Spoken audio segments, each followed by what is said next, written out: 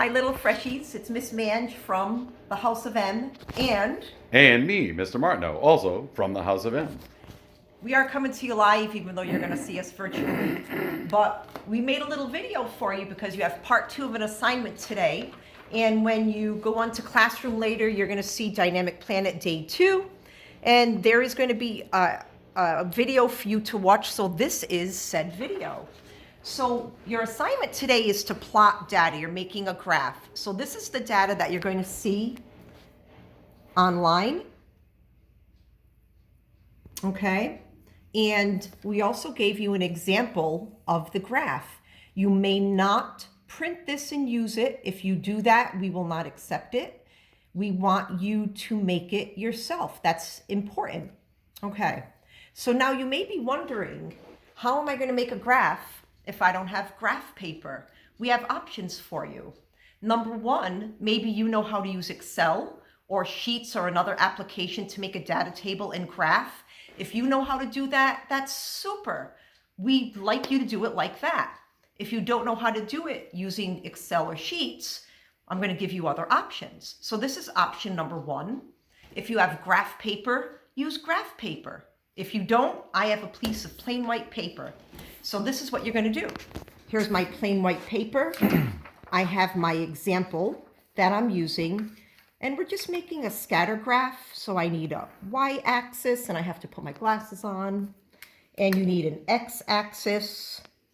And notice what I'm doing. I'm not making a little teeny tiny graph. I'm making it a nice size. You need to label your axes, and you're given the example. So use the example. This is distance in kilometers. This is depth in kilometers. So we're looking at the Tonga Islands and where their earthquakes occur, how far away from the islands and how deep in the crust that they occur. And we do need a title here. I gave you one, and it's on the example, plotting earthquake data. Please make sure you have all of these parts of the graph. If you want to call it depth versus distance, you can. If you want to call it dynamic planet, you can. Or you can use this. The next thing we need to do is put our intervals, and we have to space them equally. I have a ruler, and I'm just going to use the centimeter side. And I'm lining up the 0 on my ruler with my intersection of the x and y. And every centimeter, I'm just going to make a mark. So I'm using my ruler to do that. And I actually need, I think, 8 marks. If you make more, it doesn't matter. And I have to label them 0. And again, this is all on the example. I'm just going up in 100s. So my intervals are evenly spaced, which they have to be. And I'm going up by 100 every time. So that's good. And I need to do the same thing on my y. Just getting my ruler again. And every centimeter, I'm making a little mark. Hopefully you'll do it more neatly than I'm doing it. I'm going to go up to there. Now be careful when you label the y-axis. If you look at the example, it doesn't start at 0. It starts at 700. So be careful of that. So this now becomes 700. It's not a typical origin. It's not 0, 0. And I'm just going up again in 100s. And we're not going to go into the negative numbers. I'll go to 0 and ignore the rest of it. Okay? That's one way that you can make a graph. If you don't have white paper and all you have is lined paper, that's okay. I just have regular notebook paper. I'm going to do the same thing. Maybe you don't even have a ruler. I will use my help. Can I use the House of M book? You can use the House of M. Okay. I will use the House of M just as a straight edge. So maybe you don't even have a ruler. And hopefully, again, you're going to do a better job than I'm doing. I don't want to ruin the comic book because it's worth at least $1.95. At least $1.95. So I have my axes, but Miss Mange, I don't have a ruler. How can I make equal spaces? Well, your lined paper already has lines for you. So you can make these your intervals. And again, number them. So if all you have is lined paper, you can still do this. 700, again, do a better job than I'm doing. What about this spot? Well, I have a second piece of lined paper. Holy moly! I know. It's just, this is what I think about when I should be sleeping at night. And I'm just going to use that to make the marks so that they will still be equally spaced. You could even scotch tape the two pieces together so they don't move. I didn't think of that. And that's why Mr. Martineau is so brilliant. Oh, yeah, well. And just label starting at 700. So be careful for that. So no matter if you have to use Excel or Sheets, do that.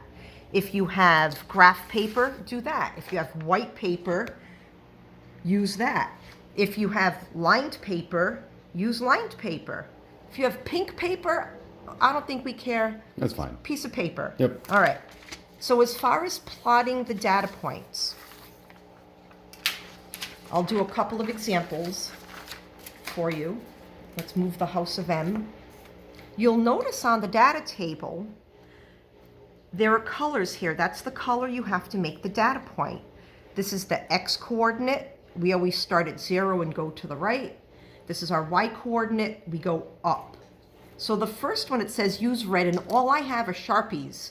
I don't have crayons or colored pencils or anything except for Sharpies in the house. I'm using a Sharpie. And it says make a red data point, go over 80, and I'm going to estimate if this is 100, 50 would be halfway, so 80 is somewhere over here. And it says go up to 540, and I have to be careful. This is 600. This is 500. So somewhere in between, a little closer to the 500, is about where my data point will be. You have to estimate. As long as it's in the approximate area, it's okay. There's one data point. The next one is a blue one. It says my X coordinate is 520.